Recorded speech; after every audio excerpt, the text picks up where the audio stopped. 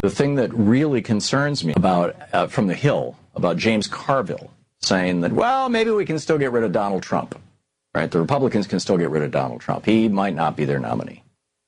And there's all this conversation about Donald Trump is like, dangerous and he's crazy and all this kind of stuff. Donald Trump is crazy like a fox. And this is a really important issue. And it's not being taken seriously. I was frankly horrified at the progressives or the liberals or the commentators who were covering Trump's speech, his prompter speech, making fun of the way that he read the prompter. Yeah, I mean, Hillary Clinton, Barack Obama, they're brilliant at reading prompters.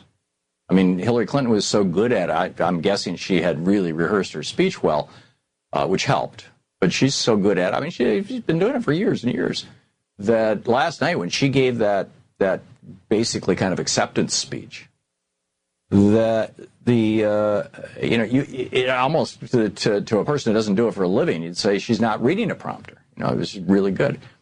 But here's the thing: Donald Trump, in The Art of the Deal, wrote, "You tell people a lie 3 times, they'll believe anything. You tell people what they want to hear, play to their fantasies, and then you close the deal." This is Donald Trump from The Art of the Deal. So consider, and I was tweeting about this, that I think that Donald Trump is far more dangerous than anybody thinks he is. And by dangerous, I mean dangerous in as much as he may well end up president of the United States. And it's not because of weaknesses on the part of Hillary Clinton. It's because it's because he's shouting out to the people who I grew up with. I don't know how to put it other than that. I grew up in Lansing, Michigan, the south end of Lansing, Michigan, which in a house that my dad bought for $13,000 in 1960, whatever.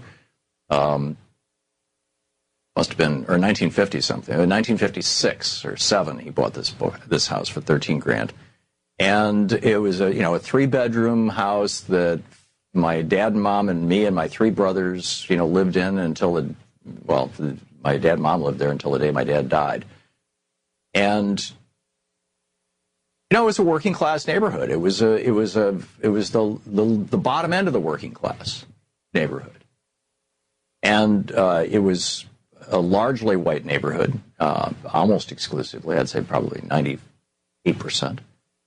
And those folks, those white working class folks who worked as roofers and electricians and plumbers and probably half of the people in my neighborhood, or at least half of the kids that I hung out with, their parents worked at General Motors. Those are the people that Trump is talking to.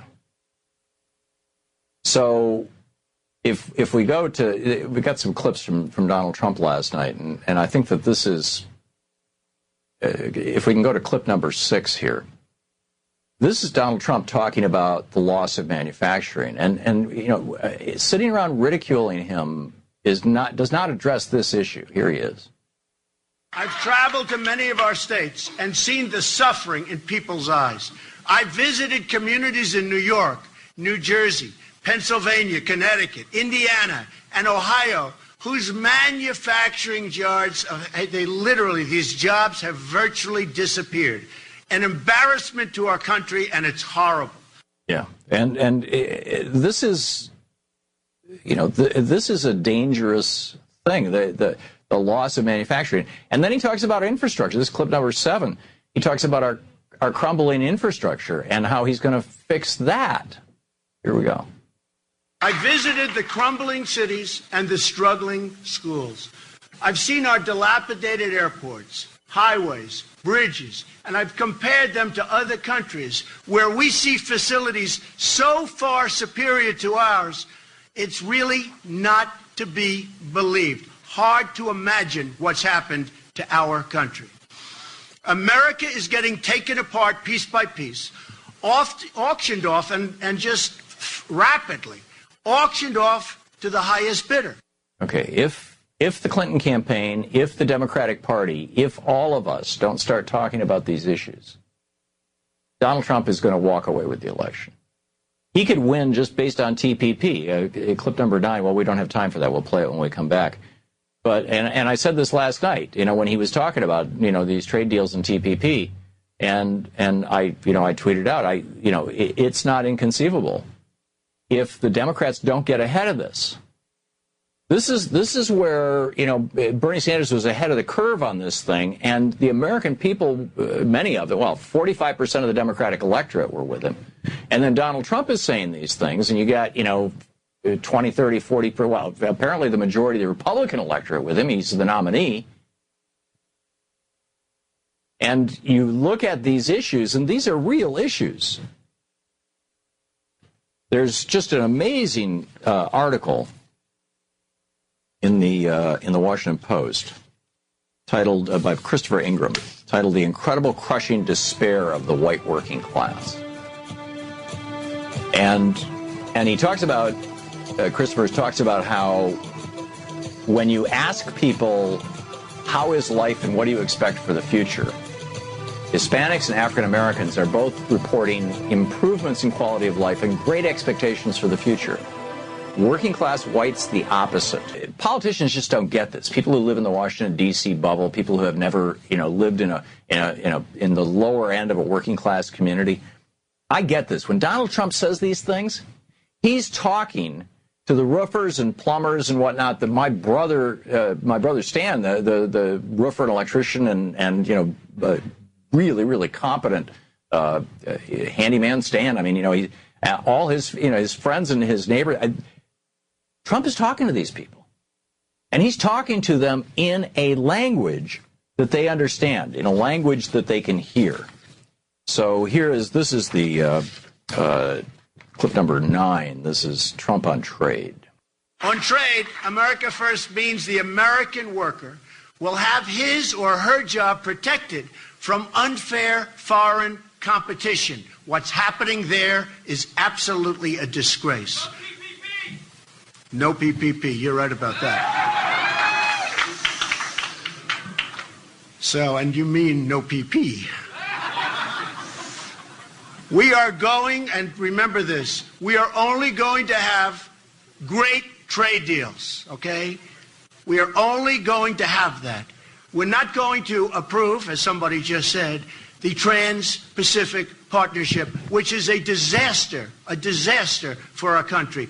Almost as bad as NAFTA, signed by Bill Clinton, which has just stripped our country of our factories and our manufacturing and moved them to other places, in particular Mexico. If it's not a great deal for our country, we will not sign it. It's got to be great for our country, for our community, for everybody in here, because believe me, we are all suffering, and we're suffering big league, and it's getting worse. He is talking to the people that I grew up with. And keep in mind, he doesn't actually intend to do this stuff.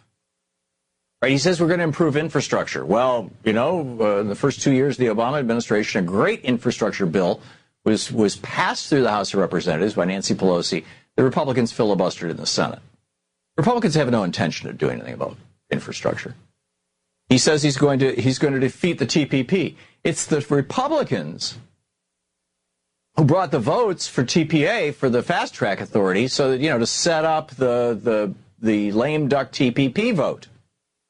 It's Republican. Yes, I get it. President Obama is pushing this and is going to sign it, but it's the Republicans who are promoting it. You've got maybe only 30 Democrats who are in favor of this thing, or maybe 50 in the House total. It's Republicans. So, he is blowing up his own party's orthodoxy, and that ain't going to happen. Because the billionaires and the big corporations do own the Republican Party. Trump is a useful idiot for them in this regard. But as he said in The Art of the Deal, you tell people a lie 3 times, and they will believe anything. You tell people what they want to hear, you play to their fantasies, and then you close the deal. And here's Donald Trump, closing the deal. This is clip number 10. We're going to put things back. We're going to put Americans back to talking to the people that I knew growing up in South Lansing, Michigan, the people Michael Moore knew growing up in Flint. I can't speak for Michael, but this is Donald Trump again. I'm here today to tell you that we have to change. We have no choice. We have to change. We're going to put, thank you. We're going to put America back to work. We're going to make our own products. We're going to put America back to work. And we can talk all day long about how wonderful it is and how extraordinary it is that the glass ceiling has been shattered, which it is. I mean, it's an extraordinary thing, and I honor that. But it's not going to win an election when the guy on the other side is talking about your jobs. And this is, what Trump is doing is repudiating DLC neoliberalism. And in my opinion, Hillary Clinton, her campaign, and the entire Democratic Party, and I think this need to get on that train. And I think this is why, Bernie has said, he's not pulling the plug on this thing until the convention, because these are issues that the Democratic Party should be talking about, and they should be talking about in the plain-spoken language that both Bernie and Donald Trump have been using.